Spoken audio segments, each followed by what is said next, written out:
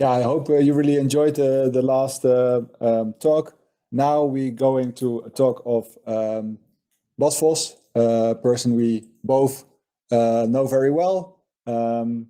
He is from Boskalis. From background, he's a geotechnical engineer. He was leading the hydrodynamics department, but all in all, he also became sort of the digital transformation lead within the company. And he has great ideas about this. So he has a talk on start with the foundations, digitization in the construction industry. So I really welcome Bas Vos forward, digitally forward, to the stage. Thanks, Wouter. Um, yeah, so I'm indeed working for the engineering department of Boskalis. Let me see whether I can bring the presentation on screen. There it is. And maybe some of the talk that you've been hearing so far is about the products that have been built by the companies who are giving the presentations. For me, I mean, we're a construction company, so what I want to talk about is give you some tips and tricks based on what we have been doing over the past years to really foster this citizen development within our company. We're not there yet, but at least I'll take you along the way on what we've been doing so far. So, what will I be talking through? A quick introduction of who Boskalis is for those of you who don't know, some of the challenges that we face, and where I think digitization could play a role in it. I'm going to one slide on what I call the artificial engineer. In Dutch, it's AI is even better. But what do we see happening with our own teams, and how can we support them? Um, then how do we build a community inside the company? How do we do that? Some really practical examples that you could maybe use for your own organization. And then something about the way that we conceptually split the different topics on the table into three main items, and then went from there into the detailing that you need to actually get it operational. And if you talk about citizen development, something that we've learned is quickly, you run into certain dilemmas. So I'm going to go a few of those dilemmas, three of them, and how should you tackle them. And I think you will be hearing me talk a lot about IT in this presentation, and that boils down to what we call fusion teams. And I think that is really the critical takeaway from this whole presentation, if you remember anything. Okay, so let's go into who we are as Boskalis. We're a large dredging company, one of the largest in the world, maritime expert. We have more than 10,000 employees and a lot of vessels. Remember, all those vessels will also generate data. We're active around the world in energy, ports, and infra. Our headquarters are in Papendrecht, and I'm heading the engineering department there, which is a team of around 80 engineers. They also work on projects all around the world. Um, so these are the types of activities that we do to give you a little bit of an idea. So it's heavy lift, which you see on the top right there. We construct ports. We also do infrastructure, especially in the Netherlands. We do dike strengthening works, coastal development. So a myriad of different activities that we have.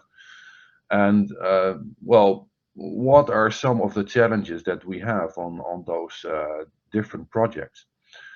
In general, we see that those projects become more and more complex. So it's multidisciplinary, changing boundary conditions. There's environmental and ENS concerns you have to consider as well.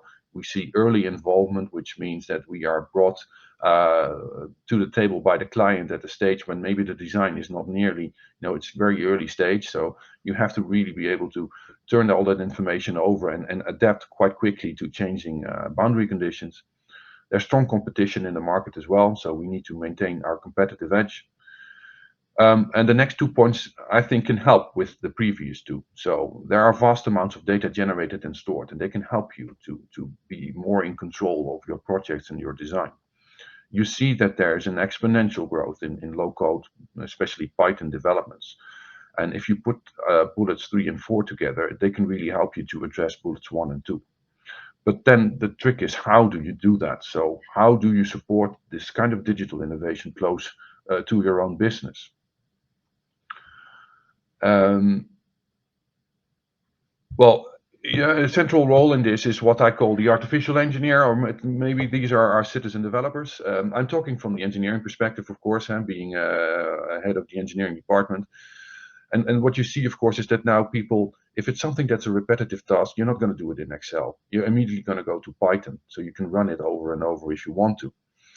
And this, of course, also helps you with, if you do it in Python, you have you have the biggest toolbox in the world available. So if you think about something that you want to do, first you look it up and see whether it's been done already, and you just import that package. So it makes development so much faster. Recently with ChatGPT and other large language models, you have to remember that they are also, especially ChatGPT, is perhaps one of the best coders in the world. It's not perfect, but it has read all those libraries. So it's really powerful in assisting you with what you want to achieve. And my people are already using this quite a lot as an assistant. You see that there are young people coming in with Python knowledge already from the university, so they already have a fair basic knowledge of what you can do with it. And what this all means is, the way that I see it, is that we can go towards building a project-specific software. So yes, you build your own software, and that's more easy already, but you also want to make it project-specific, because in our case, each project has slightly different requirements, and you need a set of building blocks that maybe are more or less universal, and add layers on top of it and specifications that are specific to the project that you want to use the software for. That's a nice idea. How do you get there? And also, what do you need to do that? Well, one of the first things that we started to do when we saw this emerging, we had to think about building a community inside the company, not just in my team, but across the company. And I'm going to give you some really practical tips on how we achieve that. It's really nothing fancy, but it worked really well. And I think consistency is one of the main things. Set something up that's recurring. So 4 weekly, like we do here. So we had a 4 weekly informal working group, which I was part of it. That was on a middle management level. So there were people in there from all divisions on a middle management level who were really interested in the topic and thought we should be doing more with this. We came together every 4 weeks just to discuss what's happening in their parts of the company, and how we could influence senior management and get the message across. We opened up 4 weekly sessions open to anybody, where you can see an example there at the bottom right, where you were allowed to talk about, this is what I made, and this is on the developer environment. Please make use of it. Or IT could present something that they were working on. We organized an in-house event, a big event, invited everybody who was interested. We had more than 400 attendees, and put developers on the podium there to showcase what they have been doing. And then you need to actively involve your IT colleagues in every one of those steps above already, as soon as possible. You can also think about initiatives outside your own company. So in the Netherlands, there's an example, the digital engineering community, where actually contractors and engineering consultants think together about, maybe there's something that they all want to develop, which is the same thing. Why not do it together? So split the cost of the 50,000 euro development by 10. That makes it much easier. That's a really interesting initiative, and it ties in with a sort of open source based approach, which is also something you need to consider. If you're taking a lot of open source code from the market, maybe you also need to think about giving something back. So that's the community building. Well, what immediately comes in with that community, so you bring them together, but then you also need to think about, these people are engineers. They are not software developers, but you have to bring them towards software developers to a certain degree. And I've put the red line in there to show, where do you stop? That's not clear. Some people of your engineers will go towards full software developers, but you need to bring a large group of them, at least away from the novice level to an intermediate level. And that means that they need to learn skills which they haven't been learning that specifically during their studies. Maintainable code, exception handling, how to document your code. And maybe then they go even to a next level and become an expert. We've also been adding a data science team, of course, to our department. And those are the people who are more to the right of this picture and can support the rest where their knowledge falls short. Then, of course, if you say this, then you also need to think about education. So you need to set up these internal courses and do this together with the IT team and discuss what you want to bring to the table there. What is it that you want to teach your citizen developers in order to do not only their work better, but also from a company perspective to make it easier for you to do sort of governance over what they are doing. You can give them basic rules and ways of doing things that will help the IT team to frame those developments within the company and then think about structural solutions from their IT architecture side of things. And there's some basic concepts in there anyway that you need to teach your people, like using classes, which is not that straightforward if you've never been really coding before. So it's about training the team, but it's also about standardizing what they do so you can more easily support them. This course, by the way, was given by the guys from VIKTOR. So thanks for that, Roland and Wout. It was really useful. So that's a bit about the community building. And that's fine in itself. So you do a bit of education. But the difficult step is also how do you change the way that your company works on an IT level to accommodate all this. And we drilled it down into 3 layers: data, logic, and visuals. And you will see that coming back in the coming slides. A visual that we created here, this picture, shows where we wanted to go. So going from the data from the projects at the bottom there to cloud-based systems at the top. Then you have the citizen developers in the middle who apply their logic to it, turn that data into information and share it back to the projects again. So this is a nice picture, but this is what the IT team makes of it. They focus on the data side of things and they make it into something much more abstract. I'm not going to go through this in detail, but this is the way that they looked at how to build a data platform. And if you look closely, you will see that the logic and the visuals are still in there. So this is focused on the data side and how to provide data on the platform level to the citizen developers. But you see reporting and dashboarding in there, and you see algorithms. So they took that previous picture on board and changed it into something that they can use to think about where to go with it.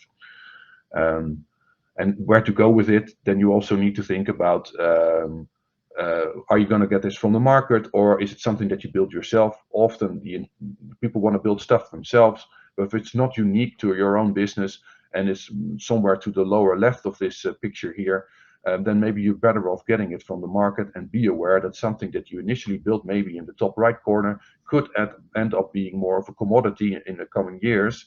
So maybe commercial partners will be available and you'd better outsource it rather than use your own specific solution. That's something that we've definitely experienced. Ultimately, what we did for this specific question of the data platform and the IT picture that you saw, we came up with Databricks as the best solution. It's an Azure product where you can combine your databases with Python coding and schedule that code to run. So program against your own databases. It's a commercial solution with a lot of flexibility, and it's working really well for us as well. You can scale your calculations as well in terms of computation power. But this conclusion came out because of a discussion with IT, starting with that first picture.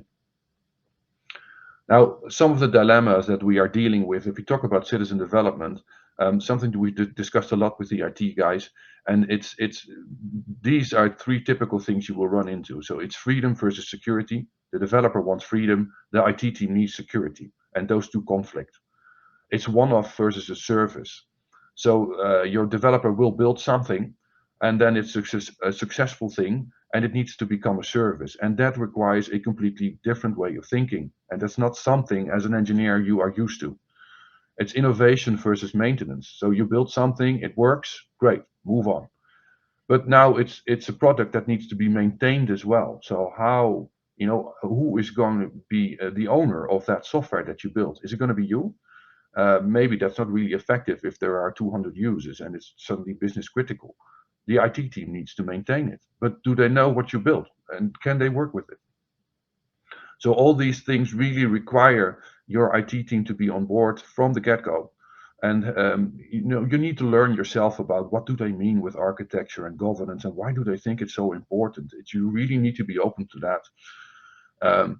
And something that we've also experienced is that in many cases, the policies can be more limiting than the technology. So it's not that difficult to set up a cloud server running code. You're just not allowed to do it as a developer. There are only a few people inside the organization for security reasons who are allowed to do this.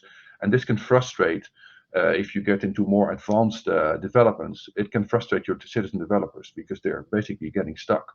And this is, I think, one of the most difficult problems to solve, is this balance between the freedom that your citizen developers need and the cybersecurity issues that the company is dealing with. And those are not fictional, I can tell you. So where to start with all of this? I think it's really important, if you think about the logic side, at least you set up this developer environment, this repository inside your company, bring everybody who is working with Python code into it, give them this license and collaborate on this platform. It's not only fostering cross-company collaboration, but it also shows the IT team who is working on what the code quality is. You can review it, you can use pipelines to do certain checks on it. It's really the way to get things going. You need to educate your team to work with this, but that's manageable. And a lot of it has to do with best practices, which are not new to the software industry, but they are new to us as engineers writing software. So you don't need to think up everything yourself. There's already a lot of it in terms of best practices out there. So make best use of this. And as I said, it's giving you management opportunities as well, of course. So centralized version management, the code quality, the testing, security. This really enables the IT team to stay on top of what's happening inside the company. If you think about the security versus freedom, this is a picture we borrowed from another company. You need to be aware that say you see it with the yellow area here. There's sort of a more or less safe zone where you can allow your citizen developers to freely do what they want to do. But as soon as things become more complex, which is on the horizontal scale, or you go from a small team of users to let's say an enterprise level of users of what you've been building, the security risks simply scale up as well. And there is a point where you have to say, this is not something we can allow our citizen developers to do anymore, and it really needs to be IT managed, which is you see at the top right there. And there will be a gray zone, a red zone here, where at least the IT team needs to be exactly aware of what you are trying to do, what is in there, and whether they can allow you to do certain stuff with the code that you have been developing. And this is something you need to discuss for every single development with them. So that's about security versus freedom. Then something about the one-off and the service and maintenance. Again, I think it ties back to the previous picture I showed a couple of slides ago about education. That's also the same here. So you go from a one-off, maybe a Jupyter notebook, that's not so difficult. Maybe they scale it up a little bit with more users, and then you already need to think about some software development principles, maybe something about the lifecycle management of your app. Maybe you need to include some testing, so then when you make a change to the code, it still gives the same result. And you need to think about who the support team is for this. But then if something becomes really successful, yeah, then really you have to think like a software company as well. Maybe you need a support desk. Who is in the support desk and who's doing what? What's the incident or change process? How do you monitor this? Do you have backups available? It's boring stuff, but if you don't think about this early and something goes wrong, so people come to rely on it and it doesn't work, then suddenly the whole digitization initiatives that you were working on become really framed negatively. So you need to think about this really early, because the risk of, let's say, losing support for these types of developments is quite significant. So you have a successful app, it doesn't work, and then suddenly it's all shit. And we're contractors, we're not software companies, so we really need to learn a lot here. This is just 2 slides left, and then maybe we can go through a couple of questions. This is quite a complicated picture maybe to grasp, but it harks back to the one where I showed this ecosystem picture, let's say the drawing, and then you have built with your logic an app and you want to deploy it somewhere. Of course, the VIKTOR platform is one way of doing this. So you could bring your code to the platform and then run the code there. But we have some really data-intensive apps that maybe will be difficult to do. And maybe there's data in there that we're just not going to publish outside our company. So then it's about, you've been developing something on the left there. with your own code. And we are now thinking about how to deploy this within the company in a safe way. And it's to do with several things. So you run it through your DevOps environment to check it for security risks.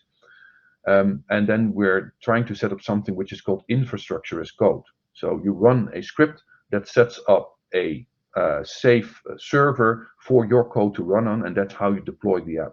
And that's something that can be reused again and again and again.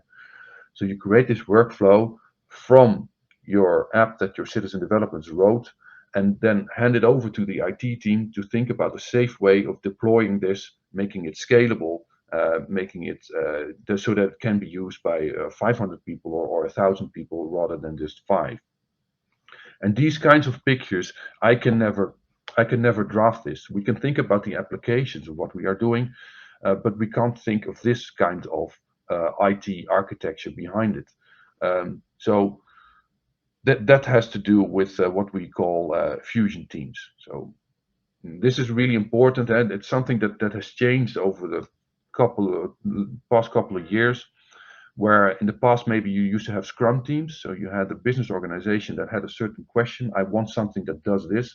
They gave that assignment to the IT organization, and they came back with software which typically didn't fit the bill of what you wanted to do in the first place. Now with fusion teams, you see that these responsibilities are overlapping. So it's a blend of business and IT capabilities. So the business is starting to use advanced IT technology, and the IT really needs to have more business knowledge to actively support. So you really integrate, you bring them together, because you cannot innovate in the Scrum team setups anymore like we used to do in the past. So there's a change of roles there.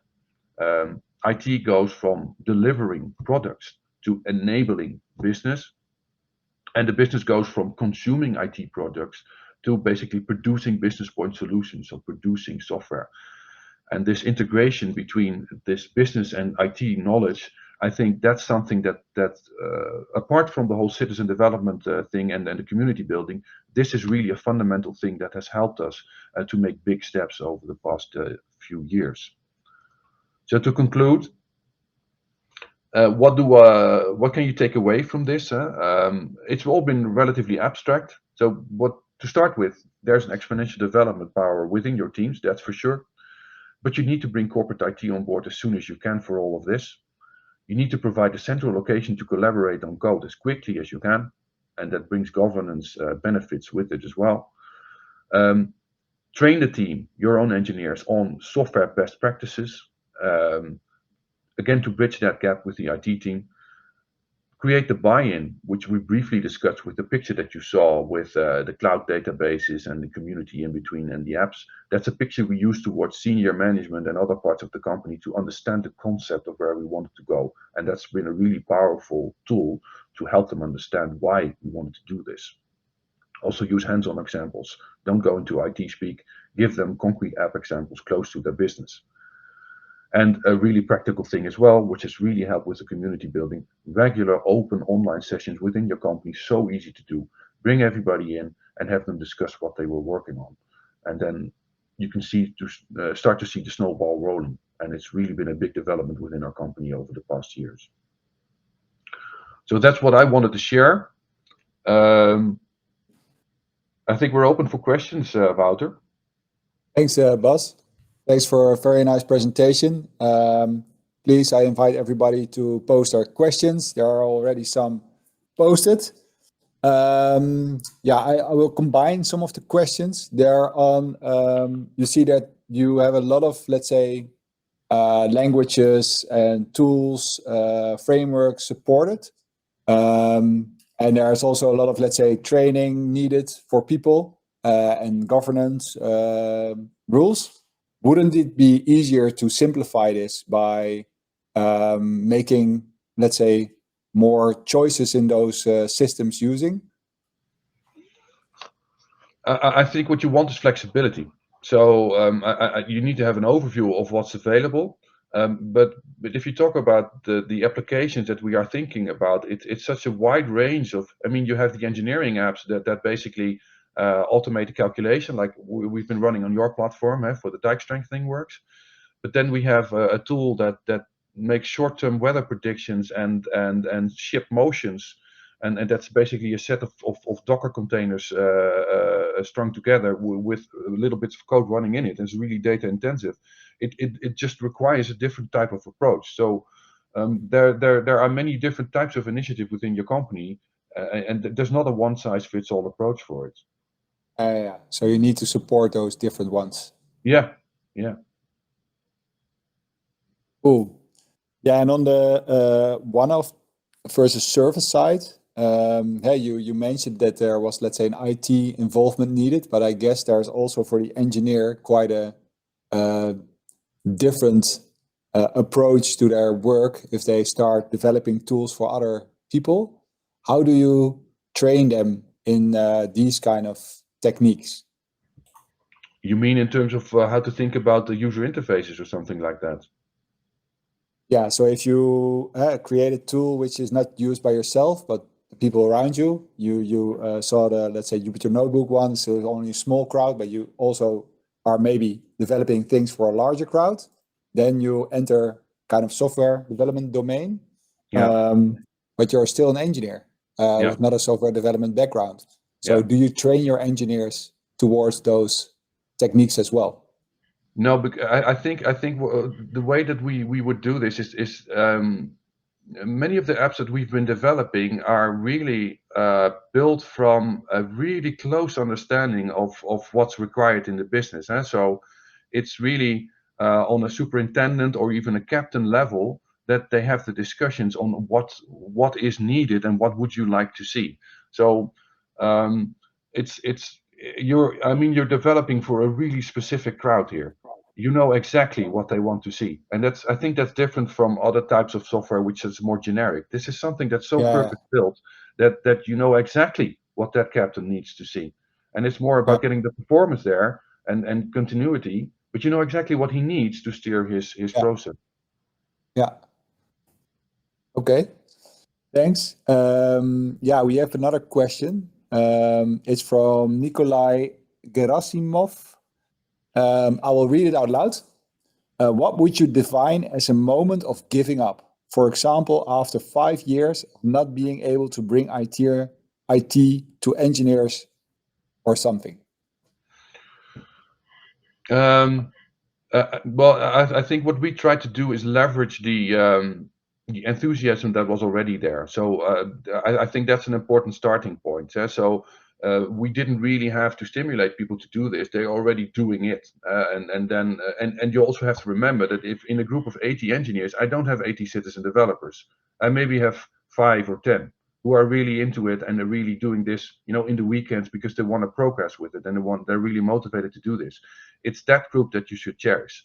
The rest of them are followers.